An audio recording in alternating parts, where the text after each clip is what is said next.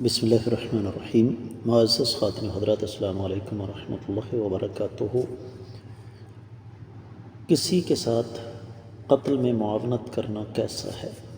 یہ ہے ہمارے آج کے حدیث کے سبق کا موضوع، مشکوٰۃ المصابیح کتاب القصاص، اور 3485ویں حدیث کتاب میں ہے، جبکہ 40ویں باب میں ہے۔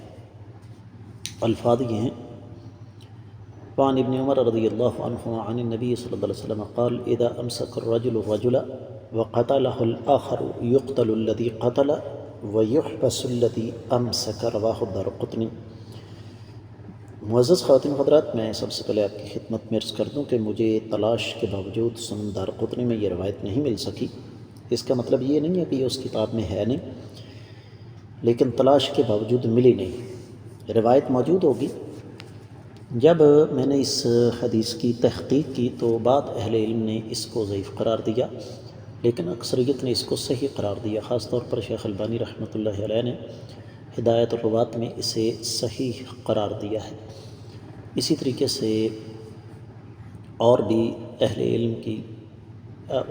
علم ہیں جنہوں نے اس روایت کو قابل حجت قرار دیا، جس طرح کہ شیخ ابن باز رحمہ اللہ فرماتے ہیں لا باس بہ، یہ حدیث ایسی ہے کہ اس میں کوئی حرج والی بات نہیں۔ اور پھر اسی طریقے سے امام شوکانی رحمہ اللہ نے السیل الجرار میں فرمایا کہ اس کی سند، اس کے راوی بالکل درست ہیں۔ اسی طرح امام ابن کثیر رحمۃ اللہ علیہ فرماتے ہیں کہ اس کی سند امام مسلم کی شرط پر ہے۔ امام ابن الملقن نے البدر المنیر میں بھی یہی بات لکھی۔ پھر امام ابن القطان نے الوہم والایہام میں اس کو صحیح قرار دیا، اور